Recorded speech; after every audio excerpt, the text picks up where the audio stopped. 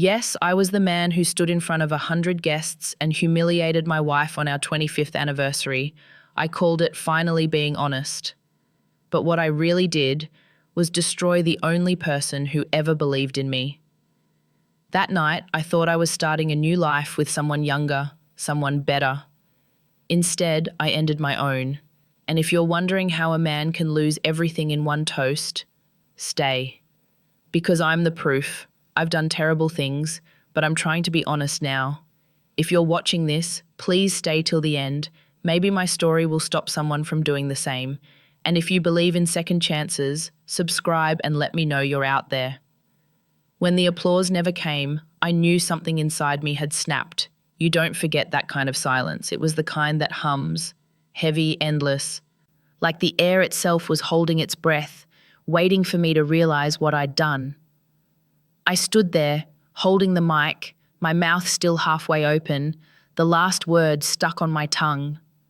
I thought they'd understand, that people would see me as brave, decisive, a man finally cutting ties from a dead marriage. But all I saw were faces frozen in disgust. Even my mother, who'd pushed me toward that moment, couldn't look straight at me. The lights felt hotter. My heart was racing, not from pride, but from something colder, panic. In that exact second, I wanted to rewind everything. But there's no backspace in real life. Once you humiliate someone in public, those words live forever. That night, I kept replaying it in my head like a movie I didn't want to watch anymore. The sound of the microphone feedback. The way Naomi's eyes didn't even water. She just stared at me, calm, almost pitying. That was worse than if she had screamed, because her silence told me she already knew who I had become. I tried to justify it at first. I told myself it was self-defense, that I was finally standing up for myself after years of feeling invisible. I said she never understood me, that she was too serious, too quiet, too old-fashioned. It's funny how easily a guilty mind can dress cowardice as courage. The truth? I wasn't trying to be brave. I was trying to look powerful. And power, at least the kind I wanted, needed an audience. I'd spent months convincing myself that Naomi was holding me back, that her calmness was control, that her loyalty was indifference. I told myself she didn't make me feel alive anymore, as if it was her job to keep me entertained. But none of that was true. What really killed me inside was the mirror. Every time I looked at her, I saw the years passing, the grey in my hair, the lines around my eyes. She aged gracefully, I just aged. When Sierra laughed at my jokes, when she touched my arm and called me inspiring, I didn't hear flattery. I heard youth, I heard possibility, and I let that sound drown everything else. My mother's voice didn't help either. She'd whisper, "You deserve more, Darren. You've worked too hard to live like this." She meant comfort, pride, a family name that meant something, but I twisted those words into permission to betray, to escape, to rewrite the story in which I was no longer the fading husband, but the man reborn. You know, when you start lying to yourself, you don't do it in one big leap. It happens quietly, in tiny edits. You delete one truth, soften another, and before you know it, you've cut out the parts where you were the problem. I did that every single day. By the time the anniversary came, I had built an entire script in my head. I would thank Naomi for everything she'd done, announce that our paths had diverged, and introduce Sierra as my new beginning. I practiced the lines in front of the mirror like an actor rehearsing for a standing ovation, but I never rehearsed what would happen after. The thing about being wrong is, it's invisible when you're surrounded by people who tell you you're right. And I had plenty of those, friends who envied my fresh start, co-workers who called me bold, a mother who said, "Finally." Not one person said, "Are you sure?" Not even me. So when I stood there with the mic in hand, I wasn't just ending a marriage, I was performing my own illusion. And when it shattered, I didn't just lose a wife, I lost the man I pretended to be. That's what guilt feels like. Not fire, not punishment, just emptiness. The kind that follows you even when everyone else leaves the room. After the guests walked out and the music stopped, I sat alone at that table. the one decorated with silver roses Naomi had chosen. Her chair was still pulled out, her napkins still folded neatly.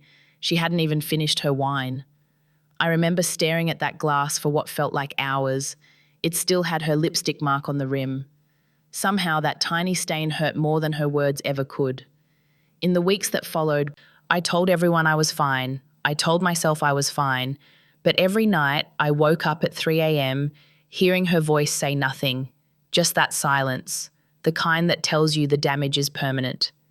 And that's when the questions started. When did I become the kind of man who needed to win at someone else's expense? When did being admired matter more than being decent? When did I stop loving her, or did I ever stop really? Those questions still don't have answers, but I guess that's why I'm telling this story now. Because if I don't speak it, it'll rot inside me forever. People like to think marriages break in one loud moment, a fight, an affair, a slammed door. But mine didn't. It cracked quietly, the way ice thins underfoot long before you hear it snap. Naomi and I met in college. She was calm, deliberate, the kind of woman who listened more than she spoke. I mistook that silence for admiration. Maybe it was, back then. I was loud, full of plans, and she steadied me. For a long time, that balance worked. She handled the details, I chased the dreams. We built a home that looked perfect from the outside, the neat lawn, the holiday photos, the polite laughter at dinner parties. But after 25 years, the rhythm that once felt safe started to sound like a cage. I'd come home from work, drop my keys on the counter, and hear the same small noises, the kettle, the soft radio jazz, her voice asking, "Long day?" It should have comforted me. Instead, it reminded me how predictable I'd become. She hadn't changed. I had. And that's the part I couldn't admit. At 48, I began noticing time in cruel ways. Mirrors, birthdays, younger colleagues who called me sir. I wasn't old, but I wasn't young anymore either. And something about that in-between terrified me. Every achievement suddenly looked temporary. Every smile from Naomi felt polite, not passionate. We tried to talk once. She suggested taking a trip, maybe volunteering somewhere new. I brushed it off. I told her I was too busy at the firm, that we'd do it next quarter. What I really meant was, I didn't want to sit across from her long enough to face the truth that maybe I had gone dull, not the marriage. Then came the business slump. Construction slowed, investors pulled out, and I started bringing home frustration like dust on my clothes. Naomi never complained. She just kept the lights on, made dinner, and left me space. But her patience, that same quiet strength I used to admire, started to feel like judgment. When she said, "We'll be okay," I heard, "You failed again." That's how resentment sneaks in, through the small rewrites of what people actually mean. My mother, Celeste, moved closer around that time. She'd lost my father years ago and carried her widowhood like a trophy of endurance. She adored Naomi once, but grief twisted her pride. "She doesn't challenge you enough," she'd whisper over lunch. "A man needs fire to stay alive." I laughed it off, but her words stayed. I began measuring Naomi against an imaginary version of her, younger, louder, more grateful. At work, I met clients who fed that ego. They called me visionary, told me I looked younger than my age, that my energy was rare. I soaked it in like water. Compliments became oxygen. Home felt like a drought. The first real crack appeared during our 24th anniversary. We went to a small restaurant we'd loved in our 30s. Same table, same dish. Naomi smiled and said, "Some things never change." I smiled back, but in my head that sounded like a curse. I remember looking at her hands, gentle, veined, the rings slightly loose now, and thinking how unfair it was that I could notice every sign of age on her, but ignore the ones on myself. That night, I stayed late in the car after we got home. I scrolled through photos of old projects, old parties, even old versions of me, the one who seemed sharper, lighter. I told myself I just missed the thrill of beginnings. But the truth is, I was already searching for an ending. The months that followed were filled with small betrayals, checking my phone more often, keeping secrets that weren't yet sins, imagining conversations with people who weren't Naomi. I convinced myself I deserved something new, though I never defined what that meant. When you've spent years being the provider, the responsible one, people assume you're immune to foolishness. You start to believe it too. That's why when temptation came later, I didn't see it as danger. I saw it as a reward. But before Sierra, before any of that, there was this slow erosion, not of love, but of humility. I stopped saying thank you. I stopped listening. I stopped being curious about her world because I was too busy guarding mine. And the saddest part, she noticed. Of course she did. She asked me once, softly, "Are you happy, Darren?" I said, "Why wouldn't I be?" But my tone betrayed me. Defensive, sharp. She nodded. The way you nod when you realize the conversation is over before it begins. Looking back, that was the first time she truly stepped away from me, not physically, but somewhere deeper. And I let her. I even felt relief, because her distance made my guilt quieter. That's how it starts. Not with cheating, not with lying. It starts when you stop trying to be known. It started at a charity gala downtown, the kind of event where everyone pretends to care more about the cause than about being seen. I was there on behalf of the firm, half bored, half anxious about our dwindling contracts. Naomi didn't come. She'd said she was tired. I told myself I didn't mind. That night, I met Sierra. She was young, 27, maybe 28, ambitious, confident, all sharp heels and smooth charm. She laughed at my jokes like they were new. That shouldn't have meant anything, but when you've been invisible for too long, even polite attention feels like a spotlight. She said she admired my presence. No one had said that to me in years. Not success, not work, not career, presence. Like I still filled a room. We talked about business, travel, then dreams, or at least what she thought mine were. I told her things I hadn't told Naomi in years. My fear of slowing down, my regret about never being a father, my wish to feel seen again. She listened like every word was proof that I was someone important. By the end of the night, I wasn't in love, but I was addicted, not to her, but to who I got to be around her. For weeks, I convinced myself it was harmless.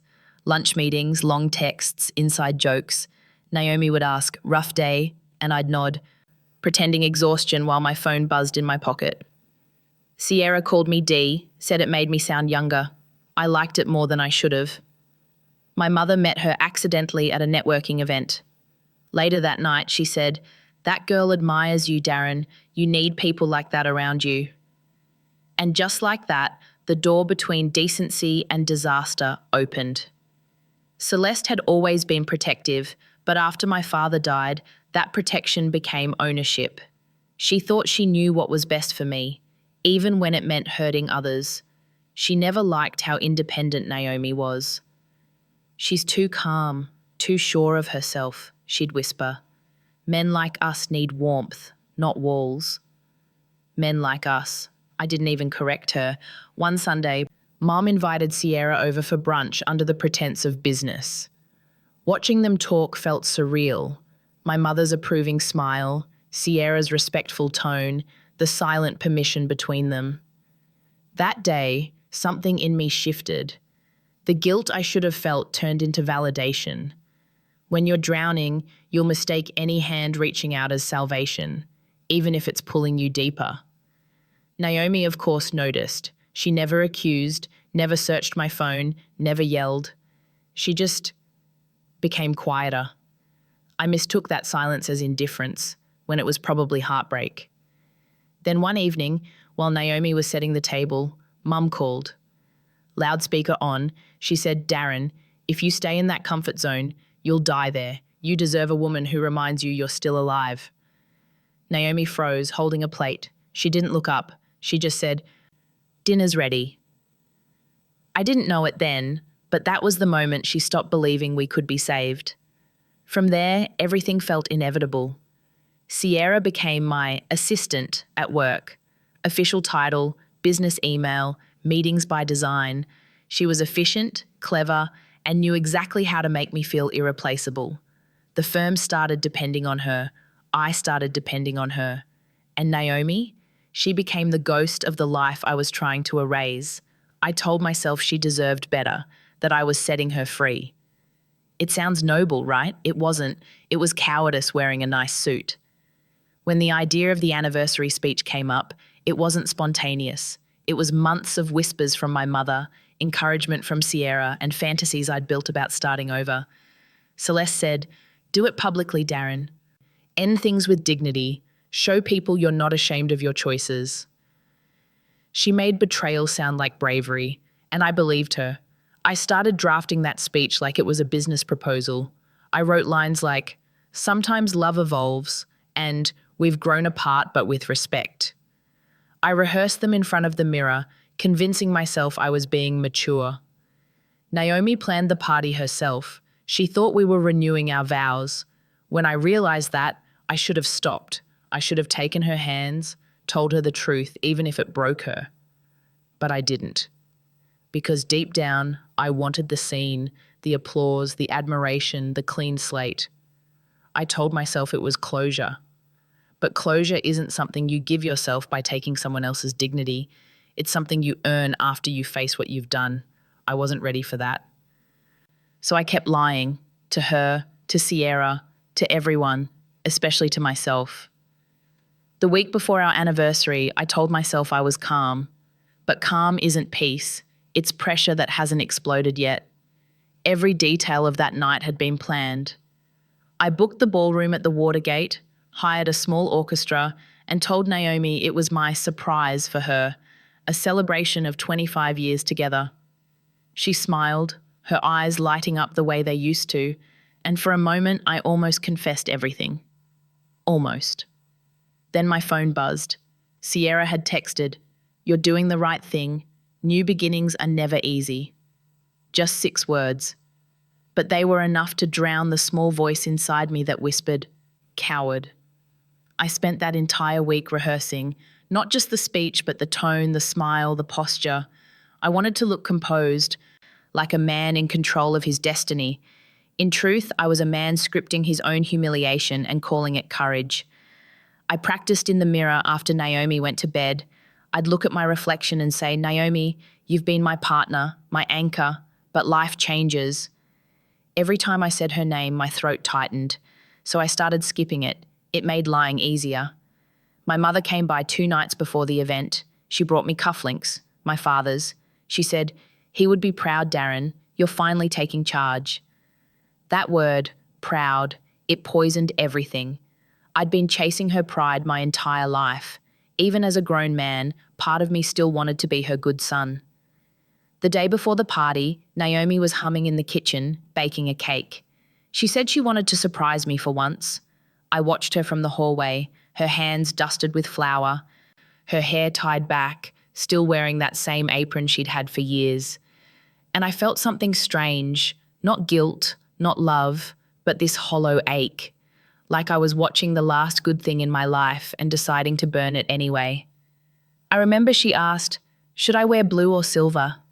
I said silver, because I thought it would look good for the photos, not realizing it would also match the tears that night. The morning of the event, I woke up before her. The city outside was quiet, foggy. I looked at her sleeping beside me and wondered if, in another version of our lives, I could have been a better man. But by then, fantasy was my only form of courage. At work, everyone knew. Sierra had told a few people, discreetly, which meant everyone whispered about how Darren was finally moving on. They congratulated me in advance. "Bold move," one said. "You deserve happiness," another added. Each compliment was gasoline poured over shame, and I mistook the heat for energy. That evening, when I put on the tuxedo, I remember looking in the mirror one last time. For a split second, I saw my father's eyes in my reflection, tired, disappointed. Then I blinked, straightened my tie, and walked out. Naomi looked beautiful that night, elegant, calm, radiant in the silver dress I'd chosen for her. She thanked me for everything, the dinner, the guests, the orchestra. She even leaned in and whispered, "You outdid yourself this time." If hell exists, it's that moment replaying in my head forever. During the dinner, I kept checking the time. Sierra sat 2 tables away with a few colleagues, pretending to be part of the event staff. Our eyes met a few times. She smiled, small, confident. In her mind, and mine, this was the birth of a new chapter. I remember gripping the note cards in my pocket, feeling the sweat soak through the paper. Every cell in my body screamed, "Don't do it." But pride is louder than conscience, especially when you've rehearsed the lie long enough to believe its truth. When the orchestra paused and the room quieted, I stood. Naomi's hand touched my arm lightly, smiling as if expecting a toast of love. And I smiled back. That's the part that haunts me most. I smiled. I walked to the stage, adjusted the mic, and told myself this was mercy, that ending things now, publicly, would save us both years of slow decay. What I really wanted was applause. Applause for being the man brave enough to speak his truth. The irony? I had no truth left, just a carefully curated performance built on fear, vanity, and the desperate need to feel alive again. As I began my speech, I saw Naomi's eyes glisten, not with tears, but with pride. She thought I was about to thank her. I was about to destroy her. That's the memory that still wakes me up at night. Not the fallout, not the headlines, just that one look, full of trust. Right before I shattered it forever. The room smelled of champagne and perfume, and for a second it felt like any other celebration. Glasses clinked, the band tuned up softly, laughter floated through the hall. I remember thinking, this is it, this is my moment. My palms were sweating through the cue cards. I'd rehearsed every line, every pause, but when I saw Naomi smiling at me from the head table, something inside me stumbled. She looked proud. She believed this night was about love, renewal, the future we'd promised 2.5 decades ago. That belief should have saved me. It didn't. I stood up when the music paused, and one of the waiters dimmed the lights slightly, my cue. The microphone felt heavier than it should. I remember clearing my throat, tapping it, pretending confidence. Naomi reached out to squeeze my hand before I walked toward the small stage. That gentle touch, her last gesture of trust, nearly undid me. But I smiled anyway, because I was too far gone to turn back. "Good evening, everyone," I began. My voice sounded calm, almost rehearsed. A few people clapped politely. "I want to thank you all for being here to celebrate 25 wonderful years with my wife, Naomi." Applause, flash of cameras, Naomi's face glowing under the lights. And then, my first lie. "Tonight isn't just a celebration," I said. "It's also a moment of truth." I heard a small murmur ripple through the crowd, but I pressed on. I told myself this was necessary, that this was maturity, honesty, evolution. Every word was a shield against guilt. I spoke about how people change, how love transforms, how life sometimes redirects us. Big words, empty words. Behind them hid a man terrified of aging, terrified of fading, terrified of himself. As I talked, my eyes flicked toward Sierra. She sat near the back, her face glowing with something like victory. Her slight nod said, "Keep going." It was the approval I'd been starving for. And then I looked back at Naomi. Her expression had shifted, not fear, not confusion yet, just a small crease between her brows, the start of realization. That's when my chest tightened. I could have stopped right there. I could have closed the speech with gratitude, kissed her cheek, gone home and confessed in private. But stopping meant admitting weakness. And I'd built this whole night on the illusion of control. So I kept talking. I said phrases I thought sounded noble. We've grown in different directions. We both deserve happiness. This isn't an ending, but a transition. The crowd began to shift uncomfortably. The clinking glasses stopped. Someone coughed. Naomi's hands were clasped on her lap now, knuckles white. I pretended not to notice, because if I did, I'd crumble. At one point, I even tried to smile, like this was a TED talk about self-discovery. I joked about life's unpredictable paths. No one laughed. All I could hear was my heartbeat echoing through the mic. My mother sat at the front table, chin high. lips tight, proud. Her expression was the anchor keeping me from drowning. I thought I was doing it for her, for dignity, for some strange version of manhood she'd taught me. But when I finally reached the part where I said, "Naomi, I'll always respect you, but it's time we both move on," her eyes lifted to mine, and I swear I heard something break. Not glass, not voice, just that invisible thread between two people who once promised never to hurt each other like this. I felt the weight of 100 stares, and yet I didn't stop. Because pride doesn't allow silence, it demands a finale. So I kept performing, telling the crowd how grateful I was, thanking Naomi for her grace, and then, the final cruelty, I gestured towards Sierra. "She's been helping me through this transition," I said. "She's important to me." The gasp that followed wasn't just shock, it was disgust. The air itself seemed to shrink, pressing against me like judgment. Naomi didn't move, didn't cry. She just sat there, staring at me with eyes that saw everything, every excuse, every weakness, every lie. And for the first time all evening, I heard the truth in my own voice. It wasn't steady anymore. It cracked. I should have stopped right then, dropped the mic, fallen to my knees, begged forgiveness. But the coward in me clung to the script, because when you build your identity on performance, silence feels like death. So I took a breath, smiled again, and said the line that sealed my fate. "To new beginnings." No one clapped, just that same heavy silence, the one that started the end of everything. For 3 seconds after I said "to new beginnings," the room stayed perfectly still. No sound, no clinking glasses, no polite applause, just a strange, suffocating silence, the kind that makes you realize you've crossed a line you can't ever come back from. Then came the whispers, short, sharp, cutting. Someone near the bar muttered, "Is he serious?" Another voice hissed, "With his assistant?" The silence cracked into noise, not laughter, not applause, judgment. Naomi still hadn't moved. She just stared at me. That stillness was more terrifying than any scream. It was the look of someone watching a car crash she couldn't stop, except she was the one inside it. My throat went dry. For a split second, I thought about backtracking, saying it was all a misunderstanding, a joke, anything. But then I saw my mother's expression. She nodded. Slightly, like a general signaling a soldier to finish what he started.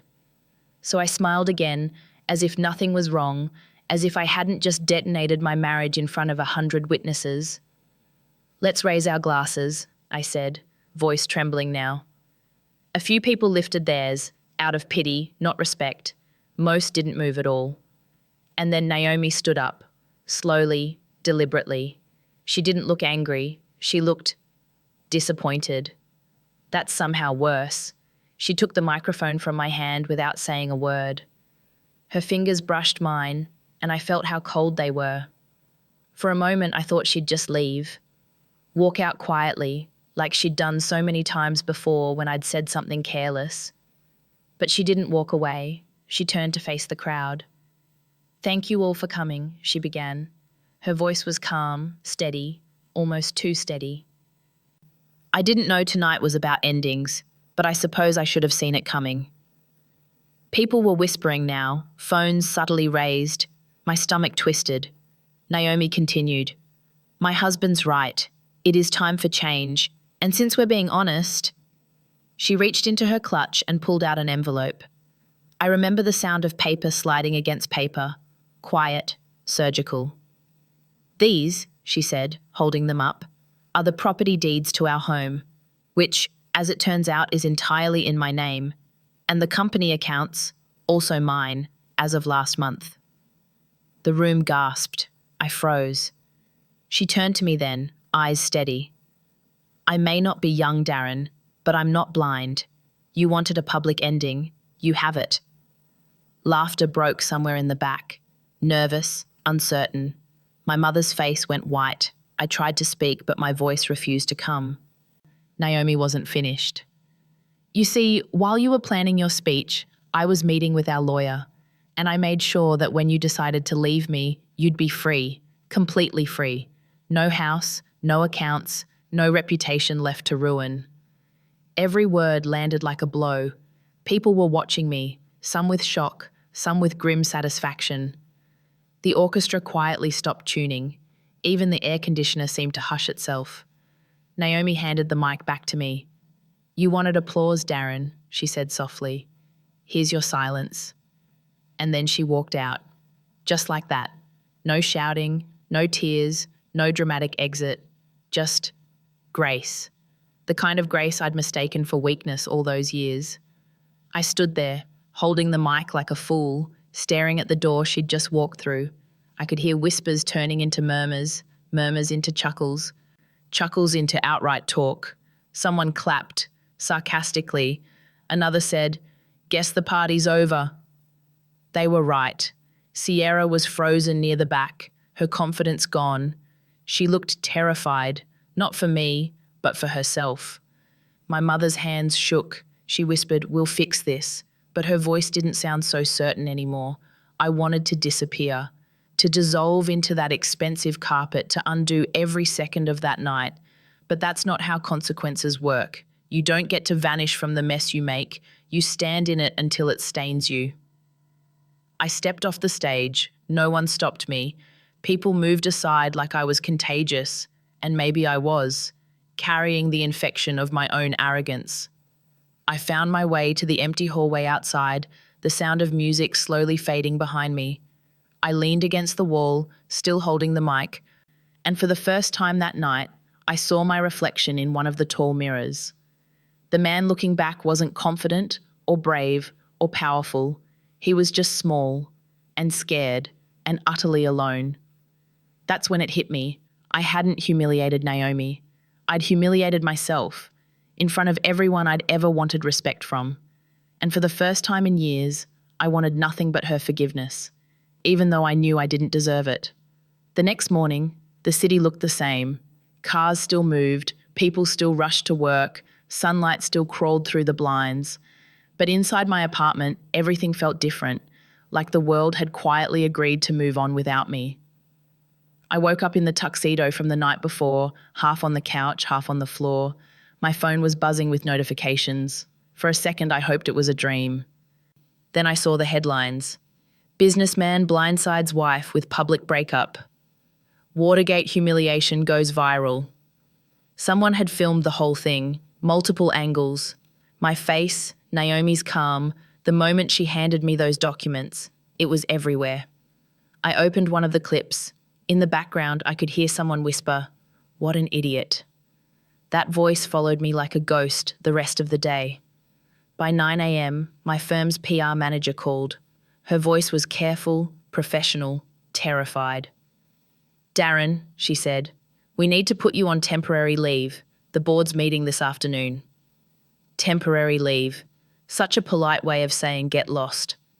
I looked around my living room, half-empty champagne glass, wilted roses, the cufflinks my mother had given me lying on the coffee table. Everything looked expensive and meaningless. I tried calling Naomi. Straight to voicemail. Then I tried Sierra. No answer. The silence between those two rings told me more than any conversation ever could. Around noon, Mom showed up at my door, sunglasses hiding the shame she refused to name. She spoke first, of course. "They ambushed you," she said. "That woman humiliated you on purpose. We'll sue her for defamation." That woman. She couldn't even say Naomi's name. I didn't answer. I just stared at the screen of my phone, still looping the video of me standing there, frozen, as Naomi walked out. The internet loved it. Comments poured in by the thousands. "She's a queen." He got what he deserved. Imagine embarrassing your wife like that. For years, I had chased validation, applause, approval. Now I had it, just from the wrong audience for the wrong reasons. Mum paced the room, still talking about lawyers, public statements, spin control. But her voice sounded distant, like static. Because beneath all her words, I heard the one truth I'd been avoiding. No one could fix this, not even her. When she finally left, I sat there in the silence she'd filled with denial. The truth settled over me like dust, quiet, heavy, suffocating. Around 3 p.m., Sierra finally called. Her tone was thin, nervous. "Hey, I saw the video," she said. "It's bad. People are tagging me. I might need to step away from the company for a bit." A bit. That phrase hurt more than the headlines. She didn't say we, she said I. I tried to sound calm. "Of course, do what you need." What I wanted to say was, "Don't leave me now." But she hung up before I could. It hit me then. She'd never been in love with me. She was in love with the story of me, the successful man who could open doors. And when that story burned, she walked away to find another. By evening, the board officially suspended me. They used words like reputation risk, conduct unbecoming, company image. No one said betrayal, but that's what it was. From me to them, from them back to me. Business doesn't do sympathy, it does damage control. That night, I went back to our old house, not to apologize, not yet. I told myself I just wanted to see it one more time. Naomi wasn't there, of course. The place was spotless, cold. A single suitcase missing from the closet. On the kitchen counter, she'd left the anniversary cake she'd baked. Still wrapped in clear plastic, there was a note beside it, only 2 words, "No more lies." I didn't cry, I just stood there, staring at those words until the letters blurred. Then I sat on the floor, ate a piece of that cake with my hands like a starving man. It tasted like sugar and salt, sweetness and regret, baked into the same bite. At some point, I must have fallen asleep right there on the tiles, because I woke up to morning light pouring through the window. For the first time in years, I didn't reach for my phone. There was no one left to text, nothing left to prove. I used to think rock bottom was dramatic, sirens, shouting, loss. But it isn't. It's quiet. It's waking up to your own reflection and realizing no one's waiting for you anymore. That morning, I finally understood what Naomi had given me all those years: silence. But her silence used to mean patience. Now it meant absence, and I'd earned every bit of it.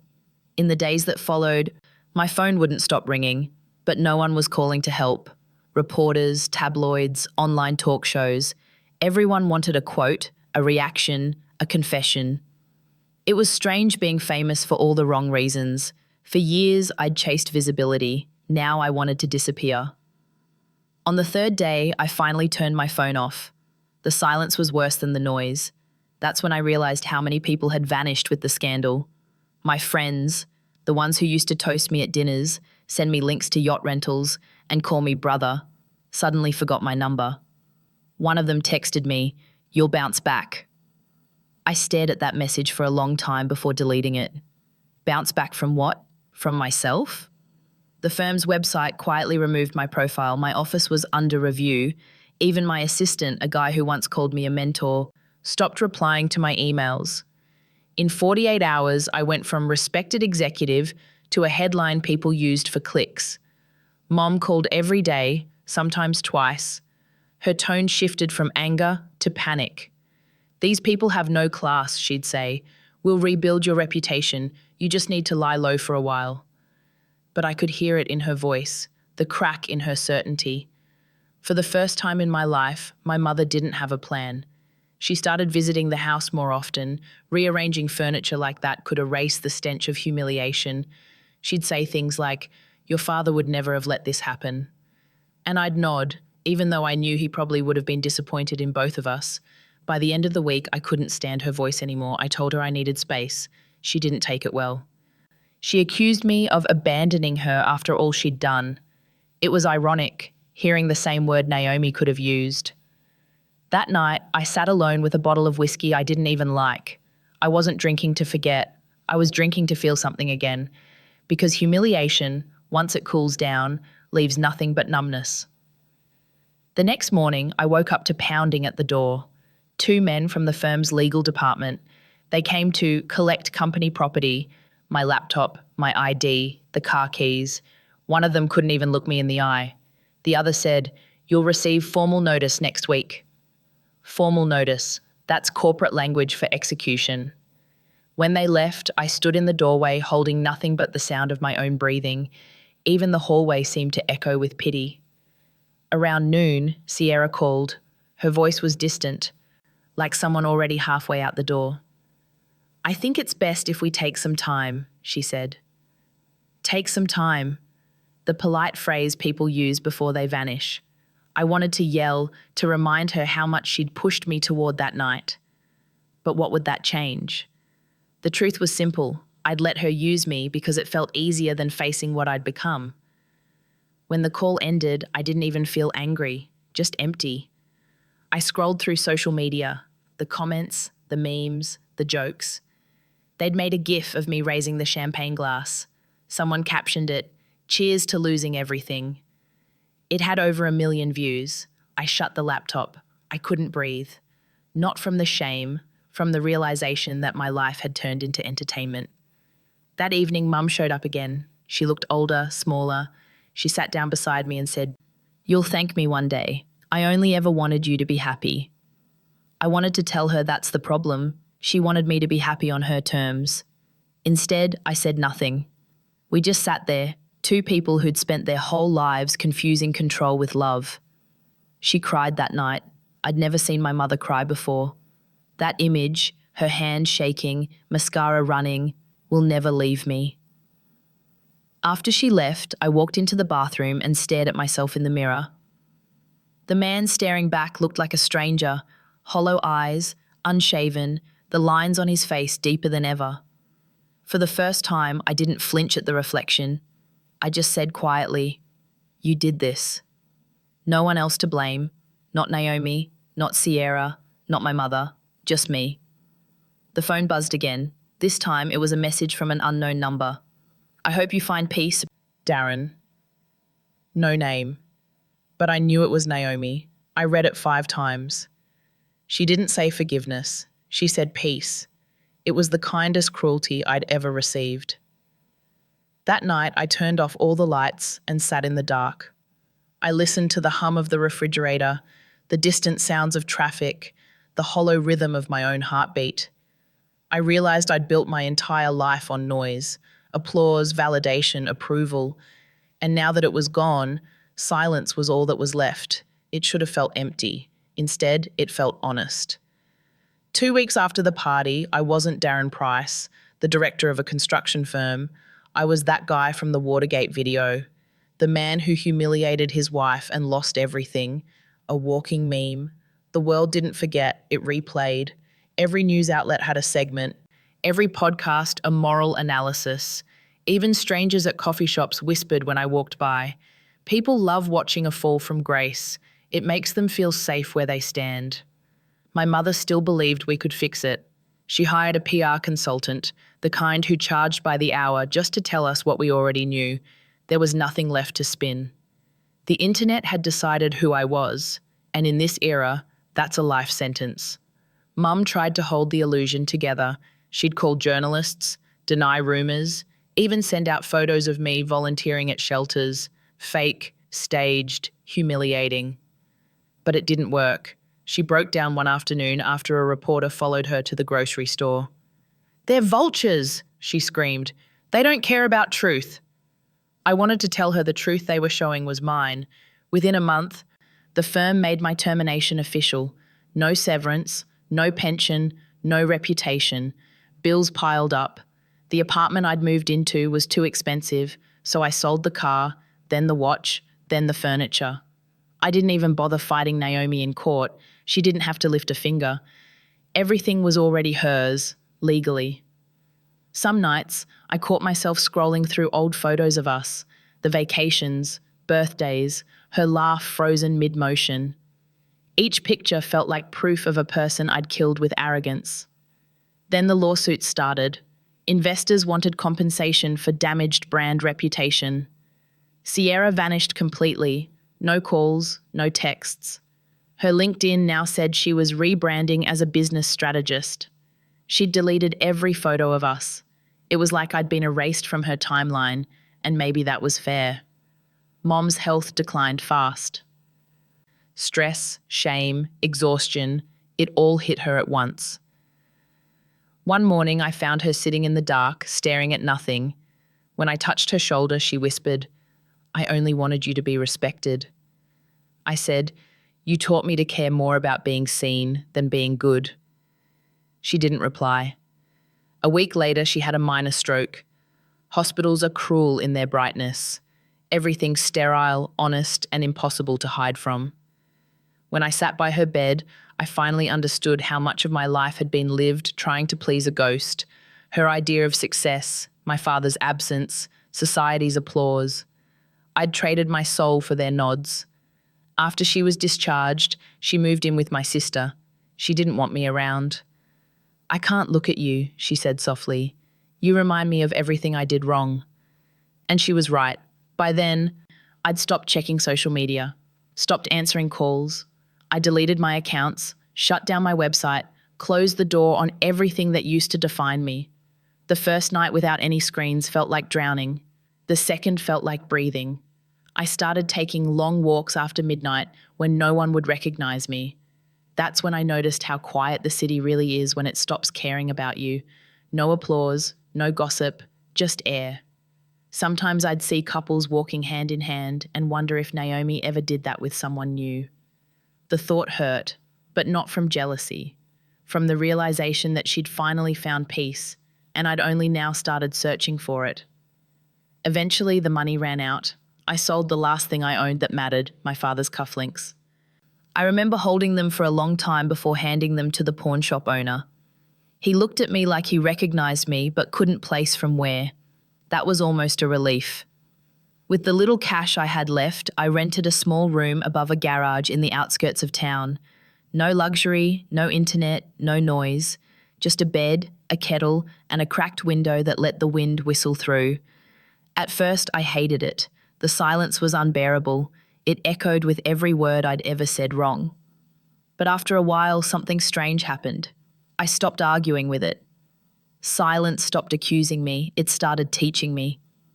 One morning, I woke up to birds outside the window, the first sound I'd noticed in weeks that wasn't in my head. I made a cup of instant coffee and stood there staring at the light coming through the curtain. For the first time in years, there was no one to perform for, no one to impress, no one to disappoint. It felt like punishment. But maybe that's what grace looks like when you've run out of excuses. Rock bottom isn't hell, it's clarity. It's the place where you finally stop trying to rewrite what already happened and start reading your own story for what it really is. That's where I was now, and for the first time, I didn't look away. 3 months after the scandal, when the world had mostly moved on, a journalist called me. She said she wanted to give me a chance to tell my side. Funny how that word, chance, felt both like a lifeline and a trap. At first I said no, I didn't want to explain myself anymore, but later that night I caught my reflection in the window, the same hollow eyes, the same empty apartment, and realized I'd been hiding behind silence. I'd turned shame into shelter. So I called her back. We met in a small cafe downtown. No cameras, just a recorder on the table and 2 cups of coffee between us. She introduced herself as Elena. Her voice was calm, her eyes sharp, the kind of person who listens for truth, not sound bites. She pressed the red button. "Why did you do it?" she asked. I thought I was ready. I wasn't, because no one had asked me that directly before. Not Naomi, not my mother, not even myself. I took a long breath. "I thought I deserved more," I said. She didn't write anything down. She just waited. "And what did you lose?" "Everything," I said. "But not because they took it from me, because I gave it away." Her eyes softened. "Do you regret it?" "I regret the reason I did it," I said. "Not because I lost, but because I became the kind of man who could do it." We sat in silence for a moment. Then she asked the question that finally cracked something inside me. "Do you think you ever loved her?" I opened my mouth. Nothing came out. For 25 years, I'd called it love. I'd said the words, bought the gifts, built the life. But love without humility isn't love. It's ownership dressed in affection. "I think," I said slowly, "I loved how she loved me. And when that stopped feeling like worship, I mistook it for indifference." Elena nodded, and for the first time I felt understood, not forgiven, but seen. Then she asked, "Have you talked to her since?" I shook my head. "No, she doesn't owe me that." "She sent you a message once, didn't she?" I looked up, startled. "How did you know?" She smiled faintly. "She mentioned it when I interviewed her." My stomach dropped. "You spoke to Naomi?" "Yes," she said softly. "Last month. She didn't want the story to be about revenge. She said, she hopes you find peace." That word again. Peace. It hit me harder hearing it from someone else's mouth. I bit the inside of my cheek, trying not to break down right there in front of a stranger. Elena leaned forward. "She said she forgave you, but not for you, for herself." Something in me shattered. I'd imagined anger, hatred, disgust. Forgiveness? I wasn't ready for that. Because forgiveness doesn't erase what you did. It just exposes how much you didn't deserve it. I don't remember much after that. Just my hands shaking, the sound of my own voice saying things I'd buried for months. "I didn't want to hurt her," I said. Elena tilted her head. "Then why did you?" "Because I couldn't stand feeling small next to someone who still believed in me." There it was, the truth, simple and brutal. Not lust, not greed, just insecurity wearing a mask of pride. I told her everything. The gala, the lies, the text messages, my mother's push, Sierra's flattery. I spoke until my throat hurt. And when I was done, she didn't thank me. She just said, "That's the first honest thing you've said on record." When she left, I stayed behind. The recorder was still on the table. I hit play. Hearing my own voice say, "I couldn't stand feeling small," felt like listening to a confession I didn't remember making. But it was mine. That night, Eleanor sent me the draft of her article. The title read, "The Man Who Finally Stopped Lying." For the first time since that night at the Watergate, I didn't feel the urge to correct the narrative. Because for once, it was true. I didn't sleep. I sat by the window till dawn, listening to the city breathe. And for the first time, I didn't feel angry or ashamed or desperate. Just quiet. The kind of quiet that comes right before a storm finally breaks. And maybe, this time, I was ready to get wet. The article came out on a Sunday. No warning, no teaser, just there. Front page of a mid-sized digital magazine under the title, "The Man Who Finally Stopped Lying." My name was right below it, bold and unforgiving. At first, I didn't dare open it. Then curiosity won over fear, like it always had. I clicked. Elena hadn't changed my words. Not one. She didn't dramatize, didn't defend, she just let me speak. And that honesty, stripped bare of excuses, felt more brutal than any headline that had come before.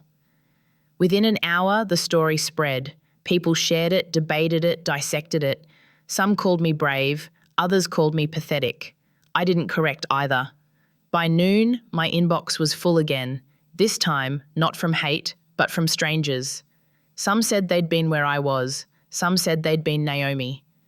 One woman wrote, "My husband left me the same way. I hope one day he understands, like you do now." It should have felt redemptive. It didn't. It felt heavy, like a truth too late to matter. Then the local radio picked it up, then national outlets. And just like that, I was back in the spotlight. But this time, not as the villain of a scandal, not as the headline to mock. This time I was the confession. People love a fall. But what they love even more is a redemption arc. They want proof that guilt can turn into grace, so they can believe it for themselves. By evening, my phone buzzed non-stop. Podcasts, TV producers, YouTubers, all wanting the man who owned his mistakes. I didn't answer any of them, because I wasn't trying to build a comeback. I was trying to build silence. But fame, even the broken kind, doesn't ask for permission. The next day, a camera crew showed up outside my building. One of them shouted, "Darren, do you have a message for your ex-wife?" I froze. Not because of the question, but because for the first time I realized I did. I walked up to the gate, looked straight into the lens, and said quietly, "Tell her." I finally listened. Then I turned around and went back inside. That clip went viral too, not because it was dramatic, but because it wasn't. People called it raw, unscripted, real, funny. That's all Naomi ever wanted from me, to be real. The following week, Elena texted me, "You okay?" I told her I didn't know. She replied, "Then you're finally being honest." Days passed. The noise online started fading again, replaced by the next scandal, the next tragedy, the next thing for people to care about. That's how the world moves. Fast, forgetful, efficient. But for me, time slowed down. I stopped avoiding mirrors, stopped checking headlines, started walking again, this time during daylight. Some people recognized me. They'd glance, whisper, maybe nod. I didn't hide, because for once, I didn't need to. One afternoon, I went to the park near the courthouse, the same place Naomi and I used to sit on Sundays. The bench was still there. I sat down and watched people pass, couples arguing softly, kids feeding pigeons, old men reading newspapers, all ordinary, all alive. A woman sat down beside me, probably in her 60s. She looked at me for a moment and said, "You're that man, aren't you?" I nodded. She smiled faintly. "You looked worse on camera." I laughed for the first time in months. It wasn't joyful, it was real. She said, "My husband cheated on me once. I forgave him. Took me 20 years to do it." Then she stood up, patted my shoulder, and walked away. That small gesture, a stranger's mercy, hit harder than any applause I'd ever received. As the sun went down, I realized something. The world hadn't punished me. It had simply reflected me, exactly as I was. Every humiliation, every consequence, every quiet moment afterward, all of it was earned. And maybe that's what redemption really is. Not getting back what you lost, but facing yourself without flinching. When I left the park, the air smelled like rain. I didn't rush home. For the first time in years, I had nowhere to be, and that didn't feel like failure. It felt like freedom. That night, before going to bed, I whispered something I hadn't said since the Watergate. "Thank you, Naomi." It wasn't an apology. It was acknowledgement that her silence had finally done what my words never could. It made me human again. Redemption isn't loud. No music swells when it happens. No audience claps. It starts quietly, in small, humiliating ways. For me, it began the day I stopped introducing myself as the man who ruined his marriage. That title had been my armor. If I said it first, no one else could use it against me. But armor gets heavy when there's no war left to fight. One morning, I looked in the mirror and said, "I'm just Darren. Not Darren the executive, not Darren the scandal, just me." It felt strange, like wearing someone else's skin, but for the first time, it fit. I found work again, not at a firm, not behind a desk. A small construction company near the river needed labourers. They didn't care about my past, they just needed hands. At first, I hesitated. The pay was low, the work brutal. But something about earning a day's wage with sweat instead of strategy felt honest. The first week nearly killed me. My body wasn't used to real labour anymore. My palms blistered, my back screamed. But each time I wiped the dust from my face, I felt more alive than I had in years. There was a guy named Luis on the crew, mid-30s, quiet, always humming while he worked. One afternoon, during a break, he asked out of nowhere, "You used to be somebody, right?" I almost laughed. "Used to think so." He nodded like he understood, then said, "We're all somebody until life humbles us." Then he went back to work. That one sentence taught me more than every therapist or book ever could. Humility. That was the thing I'd spent decades avoiding, confusing it with weakness when it was actually strength. Naomi had known that all along. That's why she never shouted, never fought back. She didn't need to win. She already understood what mattered. I started noticing details I used to ignore. The way the sunlight hit wet concrete, the rhythm of hammers, the quiet kindness of people who had nothing to prove. These men didn't need applause. They worked, they laughed, they went home. They were whole in a way I'd never been.